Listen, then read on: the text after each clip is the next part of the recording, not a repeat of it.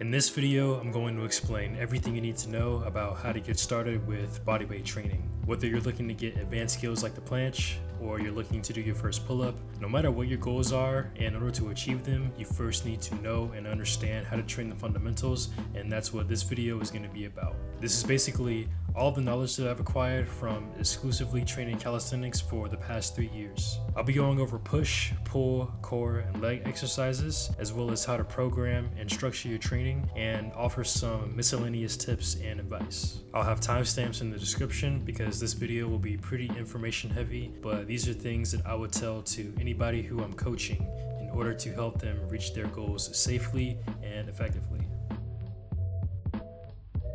But before getting started with training, you're going to want to do a warm-up. Many bodyweight movements are compound exercises, meaning you're working multiple muscle groups at once. A lot of stress is placed on the shoulders, elbows, and wrists, and additionally the hips and knees if you're training legs. Comparatively in the gym, many machines isolate a muscle, which is why you can often find people going into the gym and skipping their warm-up entirely. Preparing your muscles and joints for exercise allows you to train longer, minimizes any pain you may feel, and decreases your chances of injury. Some optional pieces of equipment you can use to warm up are resistance bands and a foam roller. Stretching with a resistance band will help isolate and condition smaller muscles in your body that are harder to target. And I'd recommend investing in some if you're interested in learning calisthenics skills. Foam rollers are commonly found in most commercial gyms, and these are another great tool for helping mobilize your joints. Now, the last thing I warm up before beginning my training are the wrists. Due to them being small and not conditioned to hold our body weight at various angles, it's easy to injure them. I take my time stretching these joints, especially when I'm doing exercises on the floor. For beginners though, I recommend doing at least a few wrist exercises before your training because wrist injuries can take weeks or months to recover from, and warming them up at least a little will save you in the long run. First, we have pushing movements, and these target the chest, triceps, and shoulders. The most foundational pushing exercise in bodyweight training is the push-up, where you push around 60 to 70% of your body weight in a horizontal position. If standard push-ups are too difficult, then you can perform them on an elevated surface like a bed or a wall, or do them on your knees until you build enough strength. These easier variations are known as regressions. With strength training, you adjust the weight to make exercises easier or harder, but with bodyweight training, you have to adjust your body's positioning. One common mistake made with this exercise is having an arch in the lower back, and this is one that I see all the time. This happens because the abs are not activated and it creates curvature in the body, forming a banana-like shape. To fix this, think about having your hips pressed forward. You want your body to be in a straight line from your feet to your shoulders. Another mistake is having the elbows flared out. They should be more tucked in, and a good way to fix this is to think about rotating your biceps so they are facing forward. This last thing isn't a technical mistake, but what I see people do often is not have a full range of motion. They either don't push low enough into the floor or don't lock out their elbows at the top of the movement. You want to lower yourself down to where your arms form at least a 90-degree angle and then push back up until your arms are straight. Partial range of motion has its place, but if you are a beginner, I highly recommend going for full range of motion. Quality is better than quantity when it comes to exercise. You will make more gains if you do 10 push-ups with good form and full range of motion than 50 push-ups with bad form and partial range of motion. This isn't to say that your form needs to be super strict. Perfect form with good range of motion isn't a realistic expectation for anyone who's just starting out, but it should be a goal for the future. This will also make your progression more consistent and you'll be less prone to injury in the future. I also suggest starting to film yourself from different angles to not only address your form, but to see your overall progress as you continue to train. Once you are comfortable doing push-ups, there are many variations you can try and should add into your routine. Your hand and feet positioning, as well as the tempo or movement pattern, are just some ways to challenge you and specifically target some of your upper body muscles. I encourage you to add some of these variations into your programming because it will not only make you more well-rounded, but it will make training more interesting. Variations make up a big part of calisthenics since we are limited to our own body weight, but this limitation opens the door to adding more creativity to exercising, and that's one aspect that makes this style of training so unique. One kind of push-up I recommend you do is a standard push-up but with scapula protraction. Before you get back to the starting position, think about pushing harder into the floor, and this will cause your shoulder blades to be more protracted. This added protraction trains a small muscle known as the serratus anterior, an important muscle to develop if your goal is to learn the planche in the future. The next exercise we need is a vertical pushing movement, and for that we have the bodyweight dip. You first want to get comfortable holding your entire body weight in this vertical position. From here, you can perform the first part of the movement called the negative, where you lower yourself down until your arms form a 90-degree angle. And from that position, you push yourself back up until your arms are straight. You don't want to have your shoulders elevated for this exercise, but instead think about having them in a depressed position. Dips are a triceps dominant exercise, but if you perform them while leaning forward, they will work more of the chest. Similar to push-ups, there are some variations with this exercise, though not as many. We have horizontal and vertical pushing movements, but the last kind we need is overhead pressing, and for that we have the pike push-up. This happens to be the first progression towards the handstand push-up if that's a skill you wish to learn in the future.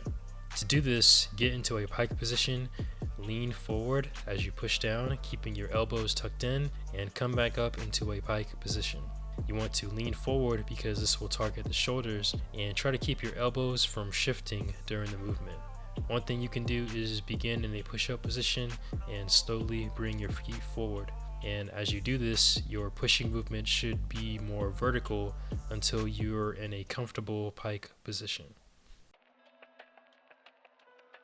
Up next, we have pulling movements, and these target the biceps and back. I recommend beginning with bodyweight rows, also known as Australian pull-ups, because this exercise will prepare you for the primary pulling exercise, the pull-up. Similar to push-ups, there are easier and harder variations you can do for this movement, ranging from doing them with feet assistance to having your feet elevated. With pulling exercises, you want to have your scapulas retracted because this will give you the most back activation. To do this, think about squeezing your shoulder blades together. Now, before doing pull-ups, you should first do dead hangs since you will be holding your entire body weight in a vertical position. One important element of pull-ups is having a strong grip, and dead hangs are pretty much the only way to train your grip. Additionally, this exercise will also target your forearms. You also want to get into an active hang position where your lats are activated, and this will put you in the bottom position of the pull-up. Similar to rows, you want to have your scapulas retracted to work your back and lats, and try not to have your shoulders too forward when doing these. For this exercise, your goal should be to get your chin over the bar and lock out your arms at the bottom. Now, pull-ups are much harder than push-ups since you're pulling your entire body weight, but there are ways to work up to completing your first rep. Band-assisted pull-ups are a great way to train this move, and you can decrease the size of the band as you build more strength.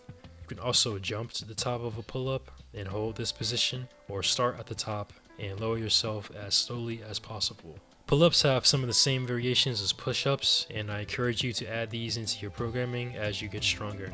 There aren't as many, so my recommendation is to use a supinated grip, which is grabbing the bar with your biceps facing towards you, as this activates them more.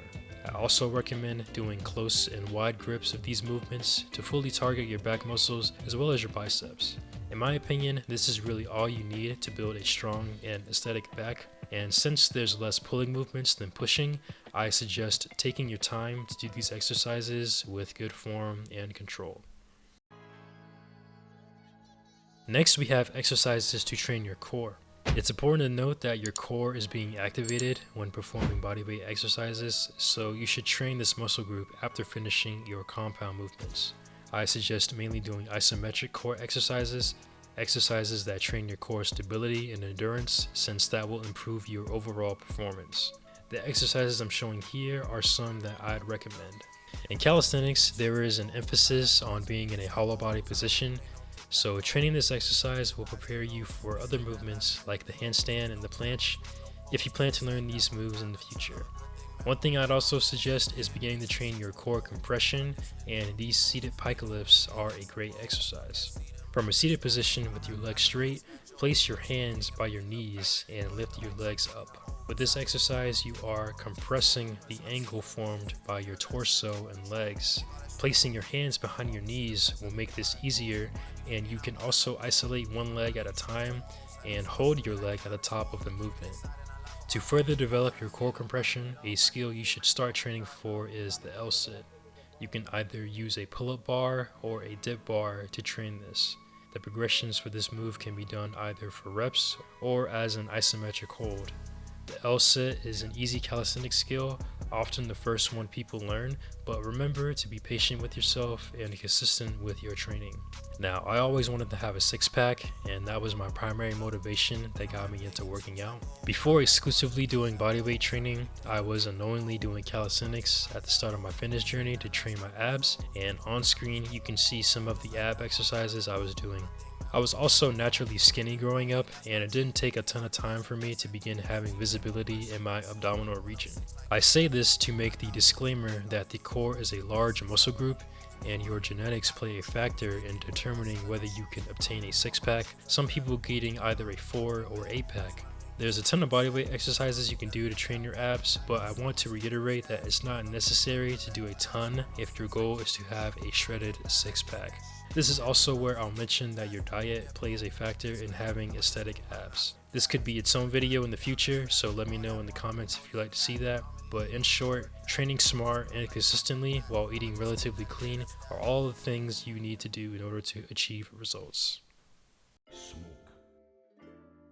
And last but not least, we have legs, which target the hamstrings, quads, calves, and glutes. The most foundational exercise for the legs is the squat. In terms of squat depth, a good standard is to try and get your hips parallel to your knees. If you're having trouble with that range of motion, you can use elevated surfaces to go lower until your hips are parallel, and continue using elevated surfaces if you want to go even deeper. ATG, or ass to grass squats, are just squats with a very deep range of motion, and these will require some good mobility. But for beginners who can't go that low yet, you can continue to use elevated surfaces to increase your range of motion. Now, squats are a pretty technical exercise to do correctly. You want to keep your feet flat on the ground for the whole movement, keep your knees in line with your toes, and don't allow your back to excessively arch. Once you are comfortable doing squats, some variations include jumping squats, which gets into plyometric training, and single leg squats. You can either do jumping squats in place or jump onto elevated surfaces and then squat. And the most important thing with these is that you want to land on both legs at the same time. One squat variation I would recommend learning is the pistol squat, as this works on your balance and stability. To prevent any muscle imbalances, you should aim to do the pistol squat on both legs with the same amount of reps. I recommend starting with your weaker side and matching the amount of reps with your stronger side. For the balance aspect, you can use your arm to help with stabilization until you get more comfortable. Glute bridges are another exercise for the legs. With this, keep your hips pressed forward, and when you go up, your body should be forming a straight line from your shoulders to your knees. Lunges are another great leg exercise, and similar to the pistol squat, you should do these with both legs equally, and you can also do these explosively. Lastly, we have calf raises.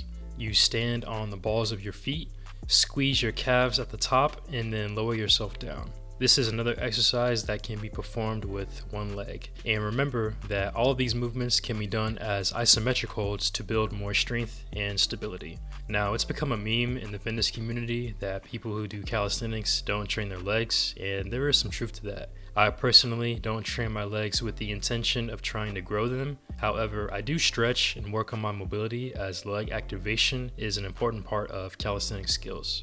For beginners though, I highly recommend training your legs.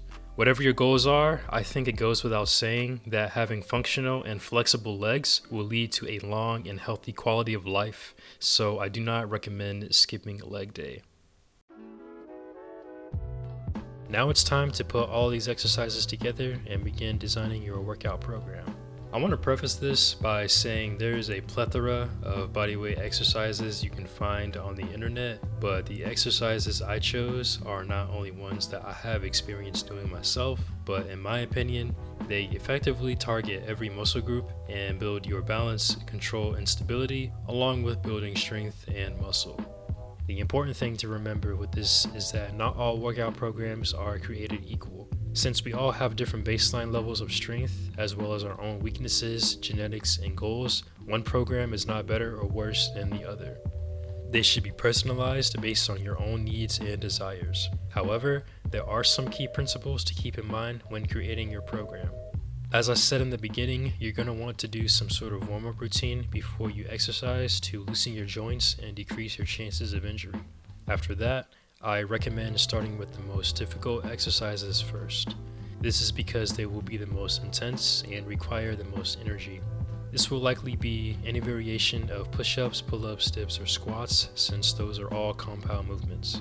If you can't do at least 5 reps of an exercise, then it's too difficult and you should choose an easy variation until you build enough strength. I also recommend opting to have a rep range for your exercises versus hitting a specific number, and as you get stronger, you can either increase the rep range or select a harder variation. After these exercises, I would continue my workout by choosing movements that are gradually less intense. The idea behind this is that as your training session progresses, your energy levels match up with the intensity of the exercises. That way, you're able to maintain an adequate level of performance. This could look like any core exercises or regressions of the primary compound movements. Lastly, I would end each session by doing some static stretching as a cool down. Simplicity is key when it comes to bodyweight training. Again, these are compound movements, so you don't have to do a ton of exercises or spend hours doing a workout to achieve your goals. There's many workout splits you can try as you think about how you want to design your programming. Push-pull legs is a common one and pretty self-explanatory. Each session, you do those specific type of exercises to target their respective muscle groups. These workouts in the split will be shorter but more frequent, so I recommend having a low to moderate level of intensity. Upper-lower is a similar split, except you combine pushing and pulling exercises together. Full body is the last split I'll mention, which is combining pushing, pulling, and leg exercises into one training session. The workouts in this split will take much longer since you're training pretty much every muscle group and should be performed with a moderate to high level of intensity. Because of the intensity, I recommend having at least 1 day of rest in between your workouts. Now, there isn't a split that's objectively the best. In actuality, the best split is going to be the one that fits your lifestyle and allows for the most consistency. In order to progress in bodyweight training, you're going to want to make your exercises harder on a week-to-week basis, and you do this through a process called progressive overload. As you begin to train and get stronger, the exercises will start to become too easy. To counter this, you have to make your training more difficult, and this can be done in a variety of ways. You can increase the overall volume by doing more reps or sets of an exercise, or you can increase the intensity by doing multiple exercises back to back, also known as a superset, or decreasing your rest time in between each set. The reason behind this process is your muscles will initially get stronger, but they will need a different stimulus in order for them to continue growing. Otherwise, you will hit a plateau and stop progressing. This is another reason why adding variations to the basic movements is so important. By adding new movement patterns into your routine, your body will continue adapting, thus leading to more gains. Speaking of gains, your rest and recovery is when you make your gains, and this is a big part of bodyweight training that shouldn't be overlooked. Getting less than 7 hours of sleep per night is suboptimal, and a lack of consistent quality sleep will lead to poor workouts. If you're just starting out, it's natural to feel sore after your first few workouts, but with good rest and recovery, the soreness will go away as your body begins to adapt. If you're new to bodyweight training, I believe your ultimate goal should be to perform the basics with good form and control. If you can do at least 30 push-ups, 10 pull-ups, 15 dips, and 30 squats, it's safe to say that you've mastered your body weight at a fundamental level. At that point, I would say you are strong enough to go beyond the basics and begin pursuing other avenues of calisthenics that interest you. Some examples of those being skills, straight arm elements, or weighted calisthenics. If you skip mastering the basics, then I can't promise that your progression will be consistent or injury-free. At the end of the day, no matter what your goals are, consistency and patience are the most important things that will contribute to your success. I realize this kind of video has been made many times, however, I wanted to provide my own spin on things, and I attempted to make this as comprehensive as possible to fill in holes of other videos like this made by other creators. I suspect 2026 to be a big year for calisthenics as the sport continues to grow. The sport needs valuable resources to supplement its growth, as beginners will always make up the vast majority of the sport's population. My current plans for videos are to create more resourceful, tutorial-style videos like this. And although some of them have been created before, it is my hope that my unique perspective, along with my training experience, will provide a degree of originality and positive contribution to the community. Remember to stay safe, train hard, and have a happy new year. We're all gonna make it. Thank you for watching.